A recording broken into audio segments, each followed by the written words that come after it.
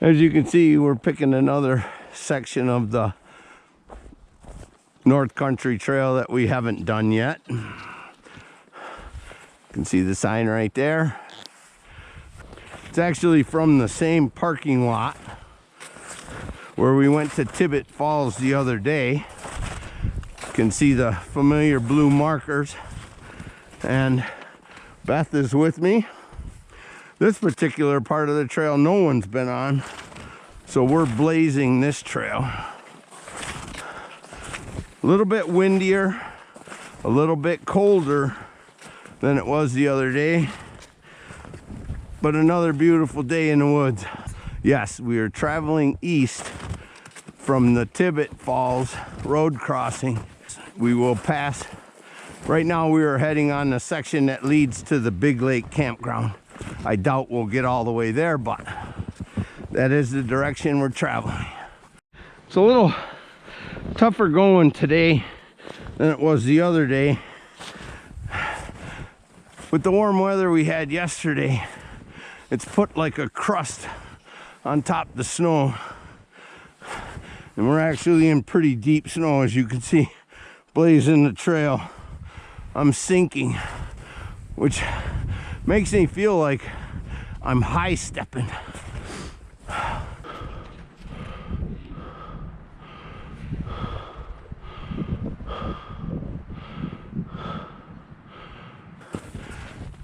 You can hear the snow crunching under my snowshoes. I kind of find it hard to believe we won't scare away the deer and other wildlife long before we get a chance to see them.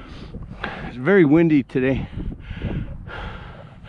Actually very tough snow going even with snowshoes.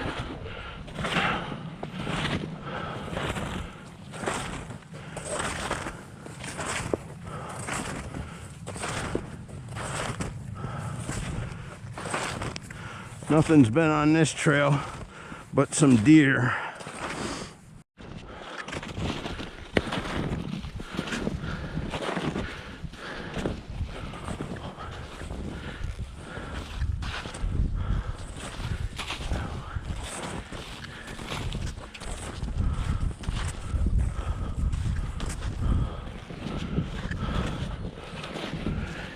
Okay,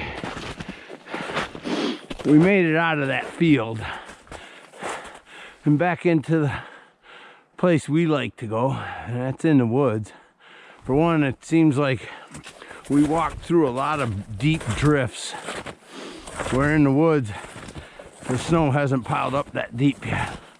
But as you can see, the familiar North Country Trail blue markers. It's tough going when you're that deep blazing a trail. Still worth it though. And the wind is very bitter today. Getting into the woods gives us cover from the wind. I think this walking in snowshoes is gonna curse us as far as seeing wildlife. Usually when we hike, we sometimes go miles without talking. We see a lot of wildlife.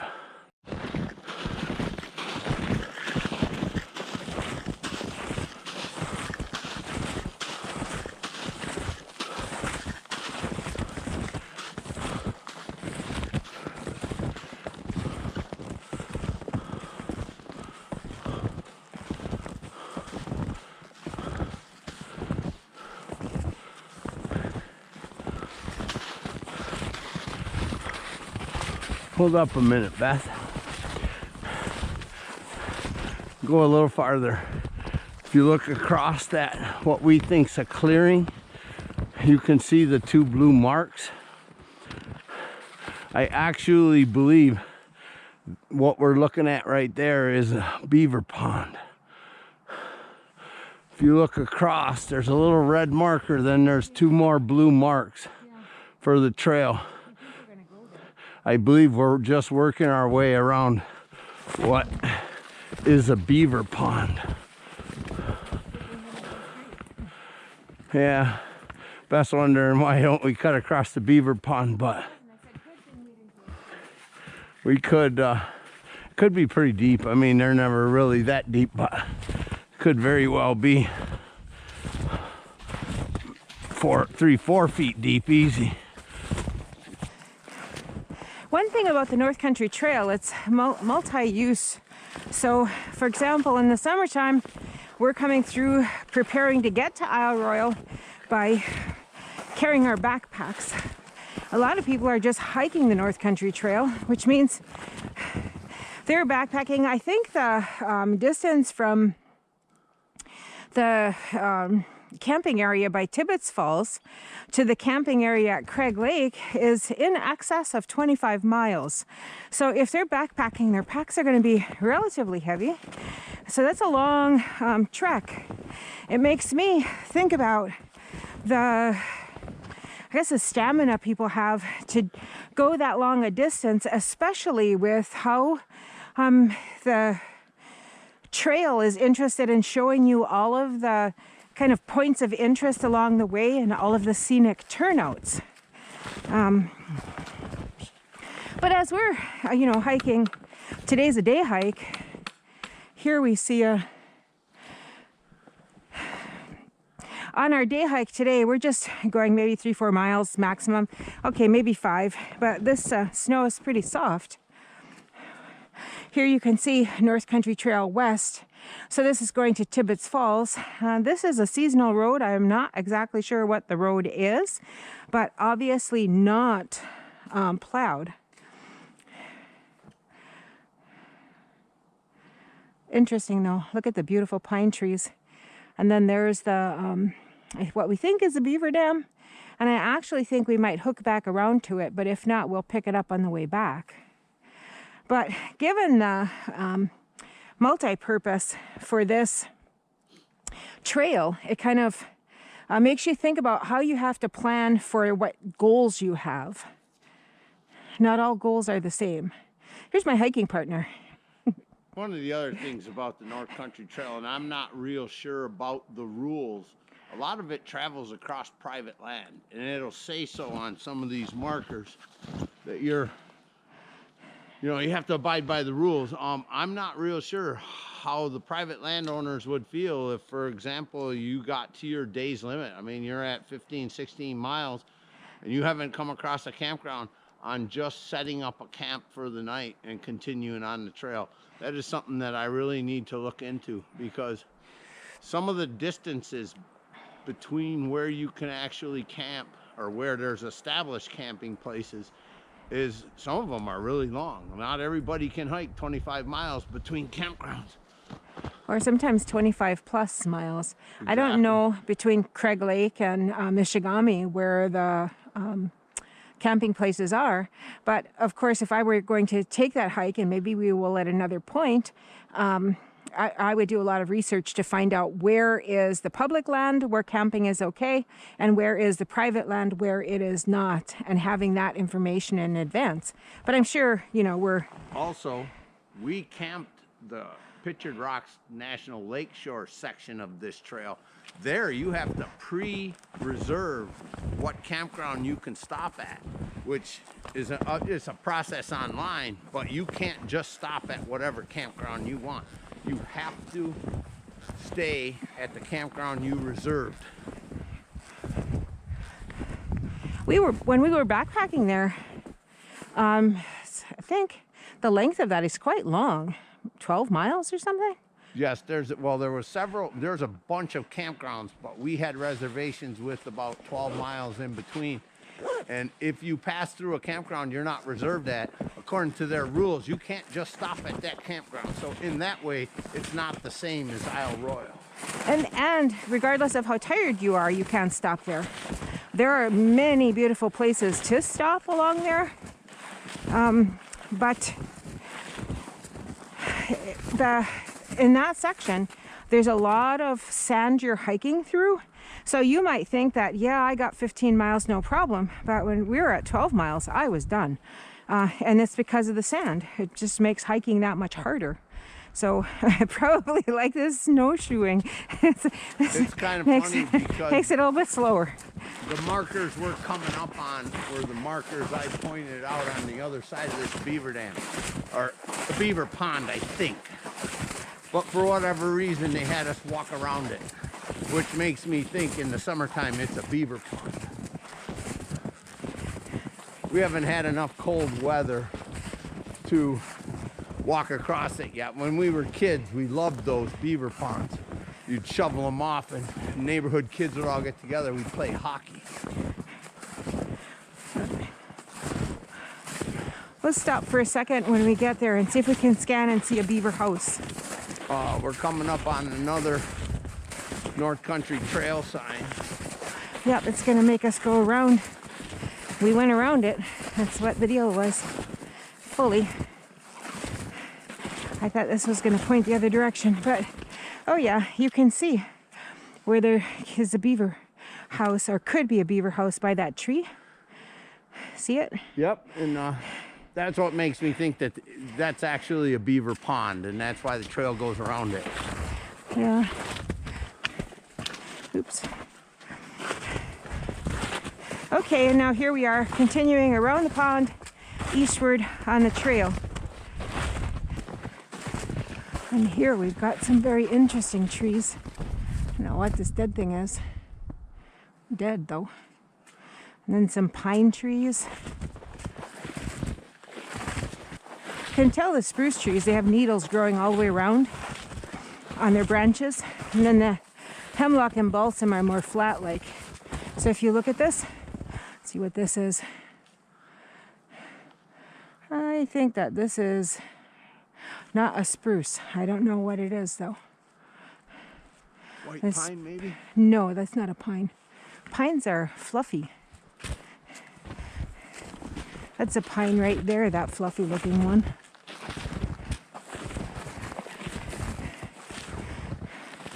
Yes, this one looks like a white pine. Yeah, that one could be. Look at the bark of it. It looks kind of shiny and white.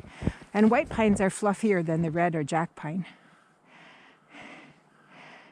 Yeah. Here we're coming to a boardwalk bridge.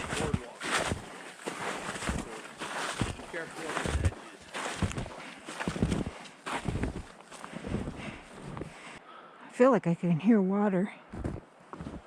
I certainly don't see any.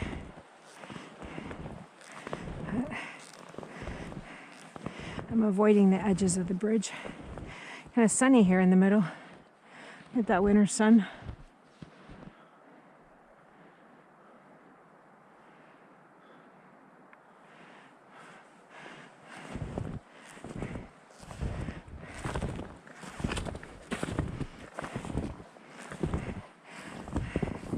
Looks like we're still traversing around the spot where the beaver dam was.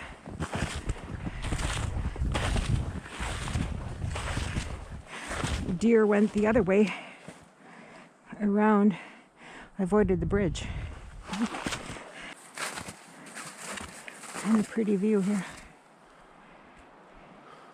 Windy.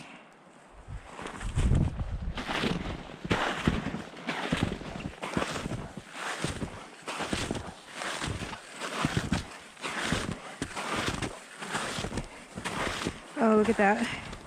Deer went one way and then came back. Huh.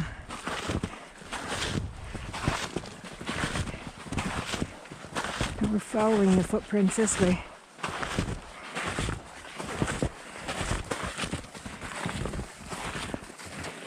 These openings must be pretty swampy if even the deer are going around.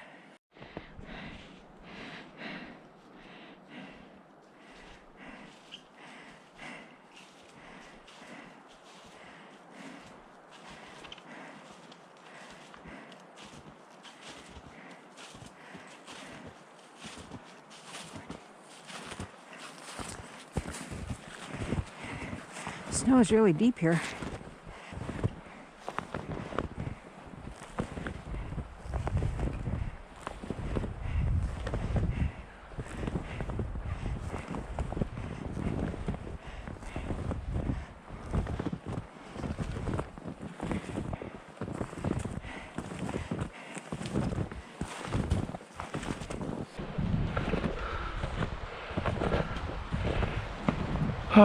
Unfortunately, this is a work week. So due to time constraints, we're actually going back the same way we came. Way more easier. Beginning to think we should start revisiting some of the same trails we already snowshoed, but that's not as much fun as exploring parts of the North Country Trail we've never explored before. So that's what we're trying to do. We're trying to go where it crosses the road, and every time we go take a section that we haven't taken before. It seemed like for a long time we kept doing the 4 or 5 miles in both directions from the parking lot at Canyon Falls, mostly with our backpacks preparing for Isle Royale. Most of the time we don't get to hike as long as we want or as much as we'd like, because that necessity called work gets in the way. This is a pastime, an enjoyment, a way to keep from hitting that dreaded 60-year-old birthday, which is only a year away, without ending up having to not be able to do anything. I got too many friends that are my age that ask questions like, how do you hike Isle Royale? 100-some miles every time you go. My answer to them is the same all the time. Easy. Book a boat. In other words, get off your armchair and go. Put one foot in front of the other. Anyone out there that has any questions, if I can help anyone not do the mistakes I did, like pack way too much stuff, carry way too heavy a pack, and all those other fundamentals, I'm more than happy to share. So anyone out there that sees this, you have any questions, reach out to me. Comment on a post, ask. I will gladly talk to anyone and share any of the advice that Beth and I have learned in the past 7 years. Most of our learning was from making mistakes. But I refuse to grow 60 in an armchair sitting down. I am staying active.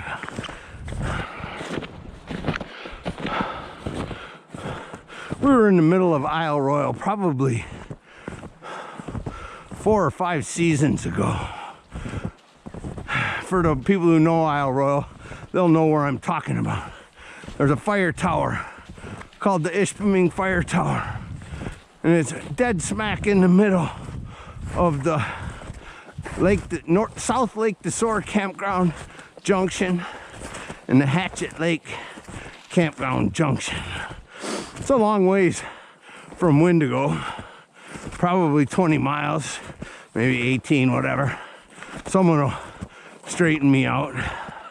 And it's at least 16 miles from Rock Harbor. Well, we were sitting there one day and we met 3 older women. They came walking in and sat down. The first one that came in was very proud to tell us she was 69 and the baby. The second one came in and said she was 75 or 76.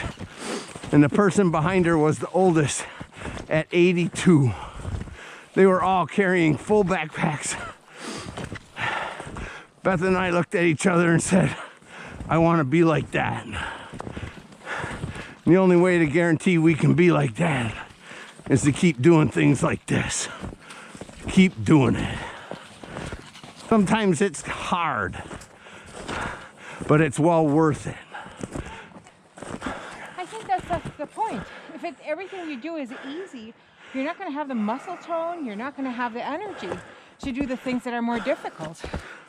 This isn't easy. But hey, we're out here. Look at the beautiful day. We saw some chickadees. We see some great trees. And the biggest thing is we got out and we just kept moving. That's what my family physician keeps telling me.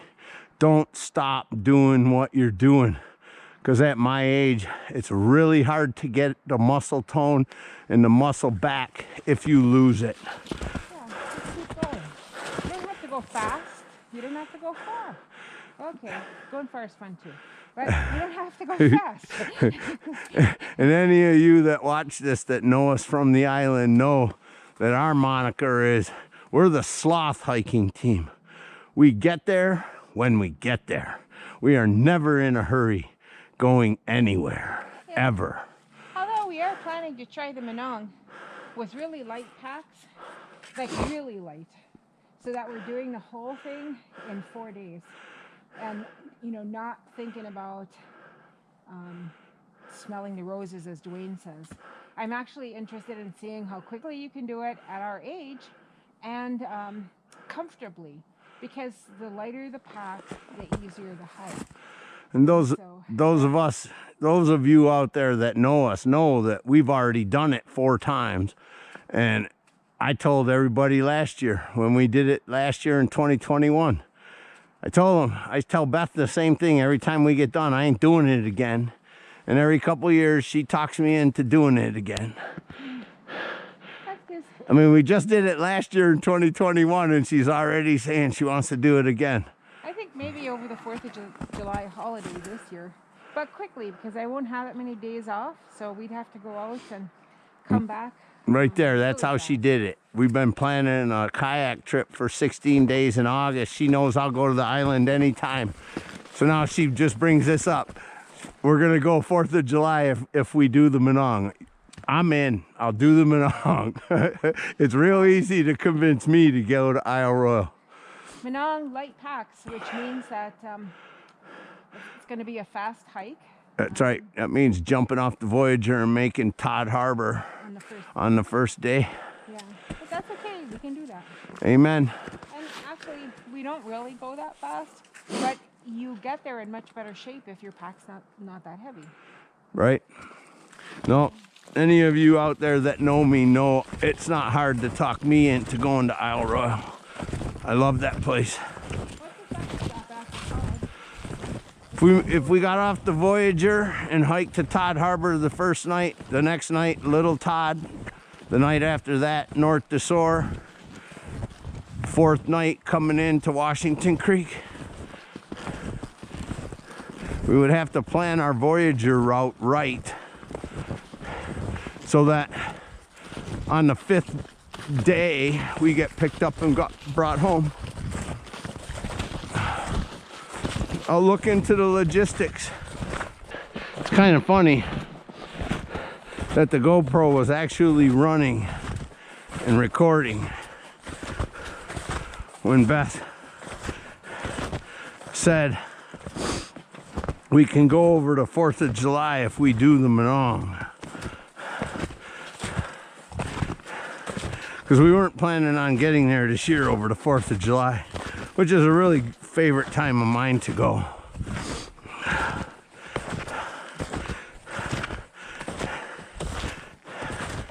I'm always game to go into Isle Royale.